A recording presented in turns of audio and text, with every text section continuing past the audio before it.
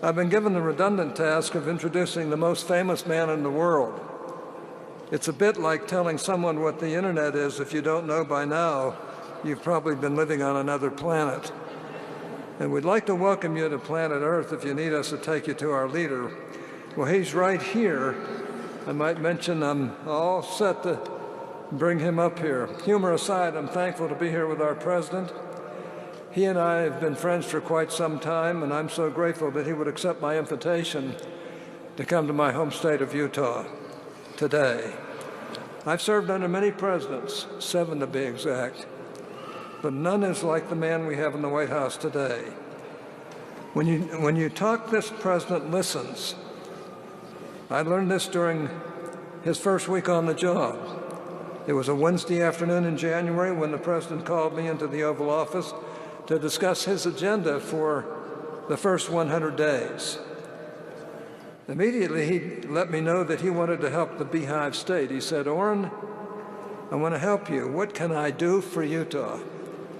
Well, our state had just been blindsided by the Obama administration's last-minute monument designation at Bears Ears. So I asked for the president's help in fixing this disaster. Without hesitation, he looked me square in the eye, and said, "We'll fix it." For the next several months, I worked closely with the president and the White House on a plan to rein in the federal overreach at Bears Ears and the Grand Staircase. And today, that plan has come to fruition. President Trump is many things. He's the commander-in-chief, a master deal maker, and a wildly successful billionaire. But he's also a man who comes through on his commitments to the people of Utah, and boy, is he coming through here today. I want to thank the president for giving a voice to the hardworking people of Utah who, for too long, have been ignored in the debate over public lands. I'm grateful for his leadership on this issue, and especially grateful that he would join us here in Utah today. Now, ladies and gentlemen, please join me in welcoming the President of the United States.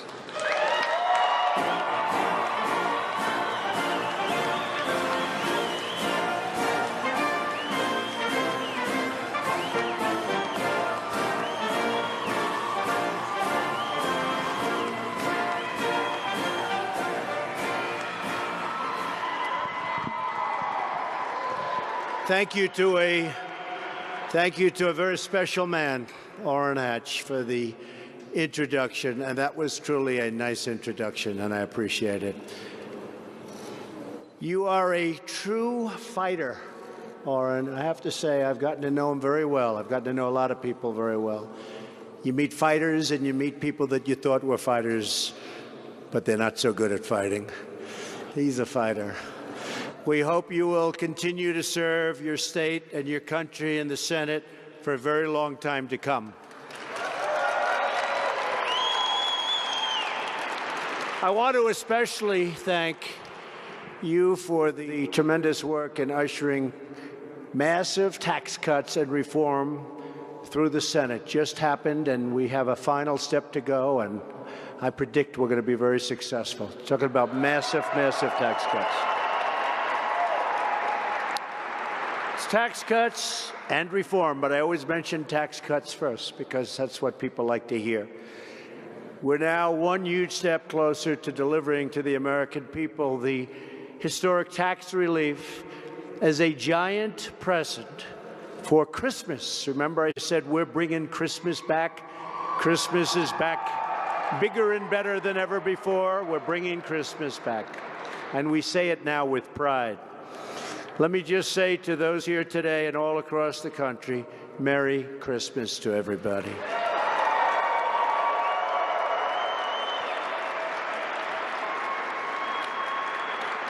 And also, happy holidays and a great new year. We're going to have a great, great year. Joining us at this ceremony are many other tremendous leaders from Utah, including your great Senator, Mike Lee. Where's Mike? Mike, come here, Mike. Come here, Mike. Get up here, Mike. He worked along with Orrin and the rest of them. We got it done. Mike, thank you very much. You want to say so? It's not every day the President of the United States asks you to take the microphone from him. But I want to say, Mr. President, thank you for your leadership. Thank you for being here. Thank you for standing with the people of Utah. We appreciate it deeply.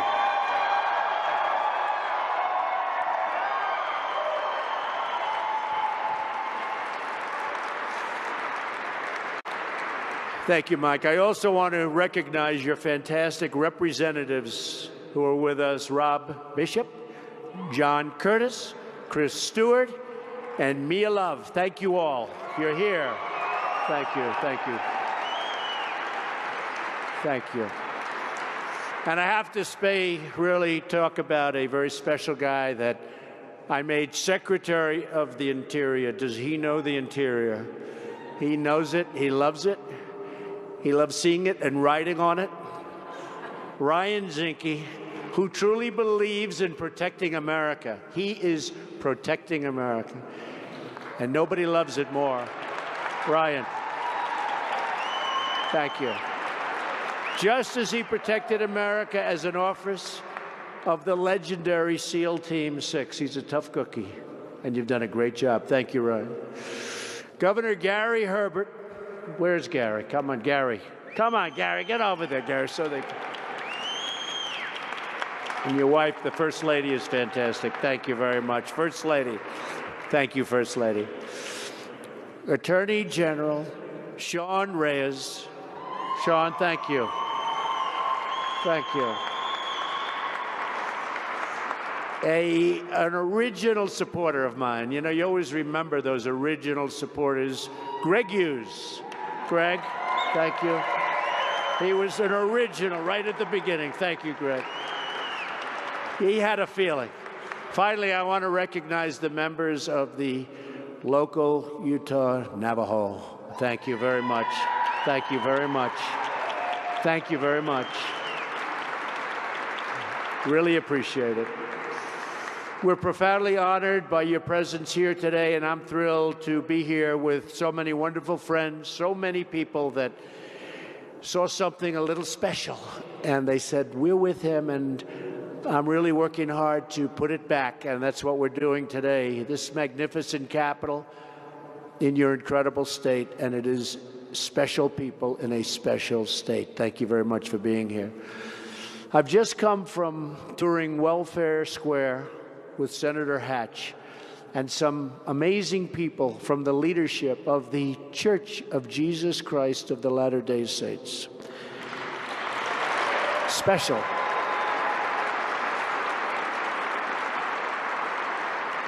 I spent a lot of time with them. In fact, I went around the store. I wanted a nice can of tuna fish. And they had plenty. They really help people. Incredible. After our visit, I can truly say firsthand that Utah's awesome natural beauty is exceeded only by the warmth and grace and hospitality of its citizens. This state has many natural treasures, but its greatest treasure by far is its people.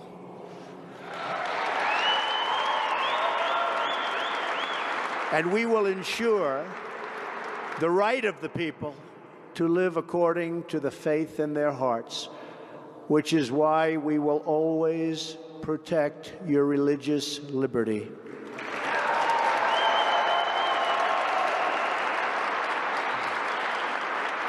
And we've been doing that. I know all of you feel blessed to be living among some of the most glorious natural wonders anywhere in the world. You cherish Utah's gleaming rivers and sweeping valleys. You take inspiration from its majestic peaks.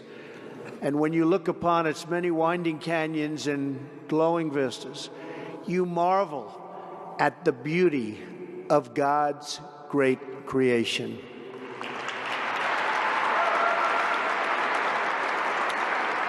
And that is why I'm here today. Because some people think that the natural resources of Utah should be controlled by a small handful of very distant bureaucrats located in Washington. And guess what? They're wrong.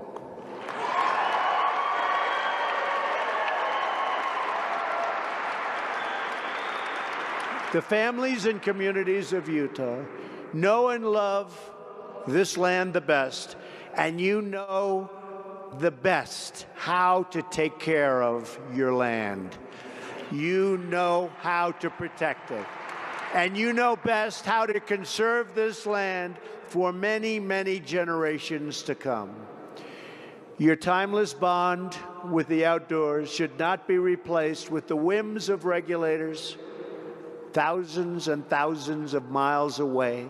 They don't know your land, and truly, they don't care for your land like you do.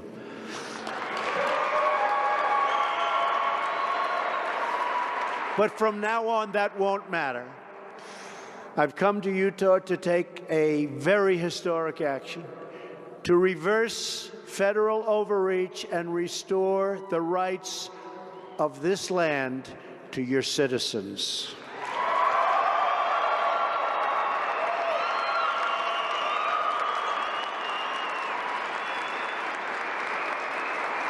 Thank you. Thank you.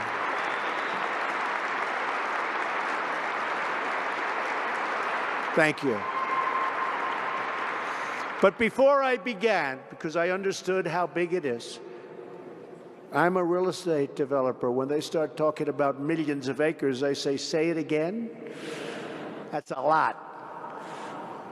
So before I began, I met with Senator Orrin Hatch, who loves Utah and loves the people of Utah. I called Senator Mike Lee, who loves Utah and loves the people of Utah. I called your governor. I called my original, where is he? There he is. I called all of the friends that I have in Utah.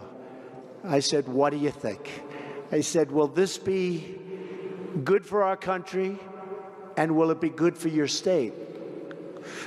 They said this would be incredible for our country, will be incredible for Utah. Finally, you'd be giving people back their access to the land they know, to the land they understand, and most importantly, to the land that they love. I also said, will it be at all controversial? They all told me no.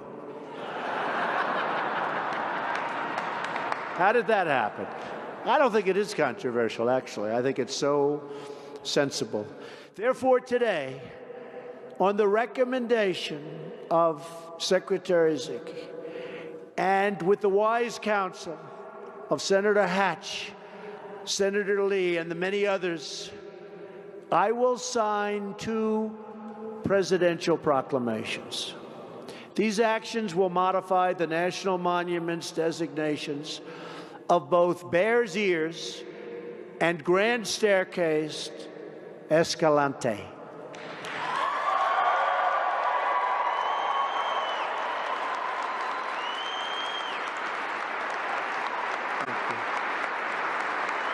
As many of you know, past administrations have severely abused the purpose, spirit, and intent of a century-old law known as the Antiquities Act. This law requires that only the smallest necessary area be set aside for special protection as national monuments. Unfortunately, previous administrations have ignored the standard and used the law to lock up hundreds of millions of acres of land and water under strict government control. These abuses of the Antiquities Act give enormous power to faraway bureaucrats at the expense of the people who actually live here, work here, and make this place their home. This is where they raise their children. This is the place they love. For example, the previous administration designated more than 500 million acres of land and water, including Bears Ears.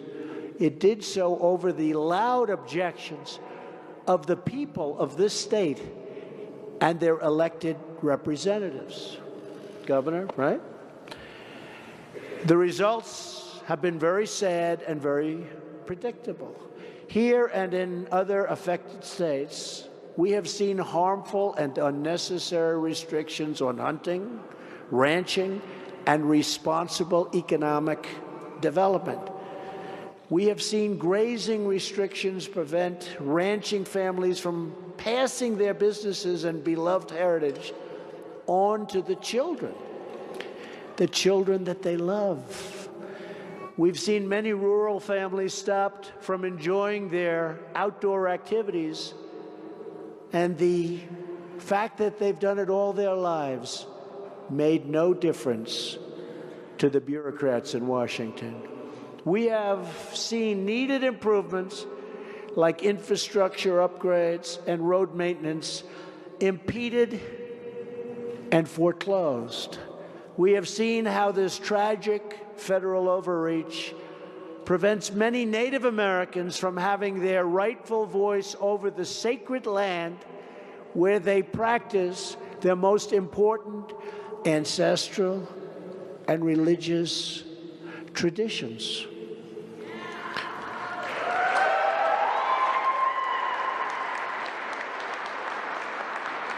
These abuses of the Antiquities Act have not just threatened your local economies, they've threatened your very way of life. They've threatened your hearts.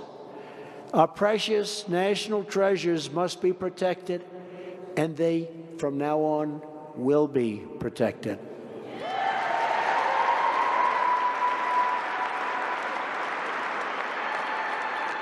Under my administration, we will advance that protection through a truly representative process, one that listens to the local communities, that knows the land the best, and that cherishes the land the most.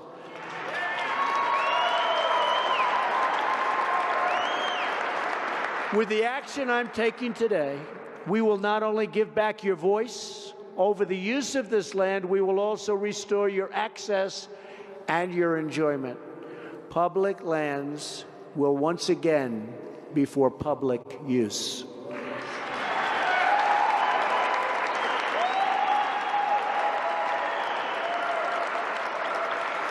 Because we know that people who are free to use their land and enjoy their land are the people most determined to conserve their land. One values the splendor of Utah more than, I'll tell you what, there's nobody out there. I just came in and I'm looking around with Orrin and with Mike and with the governor and with everybody, and I'm just saying, what a beautiful picture it is. But no one values the splendor of Utah more than you do, and no one knows better how to use it. With your help in treating our natural bounty with respect, gratitude, and love, we will put our nation's treasures to great and wonderful use. Families will hike and hunt on land they have known for generations, and they will preserve it for generations to come. Cattle will graze along the open range. Sweeping landscapes will inspire young Americans to dream beyond the horizon, and the world will stand in awe of the artistry God has worked right here in your great state.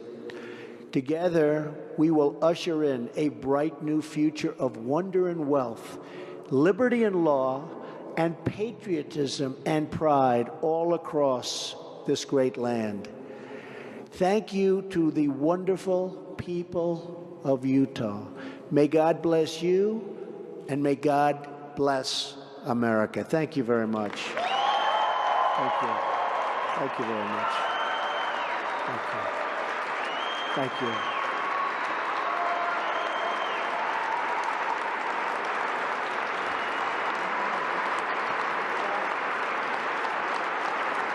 And in your honor, I will now, with your representatives, sign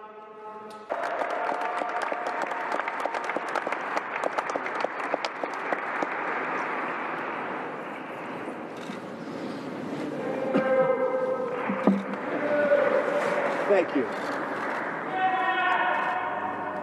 Modifying the Bears Ears National Monument.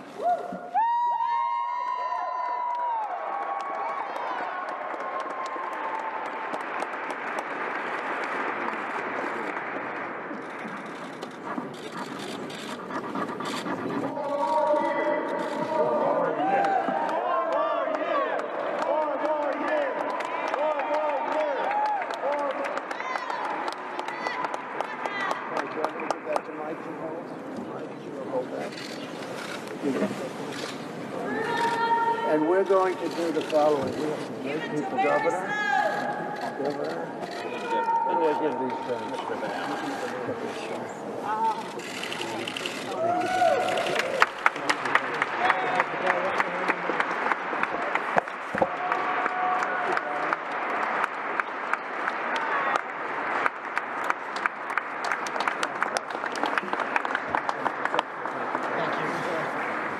Mr. Cook, can you sign my hat?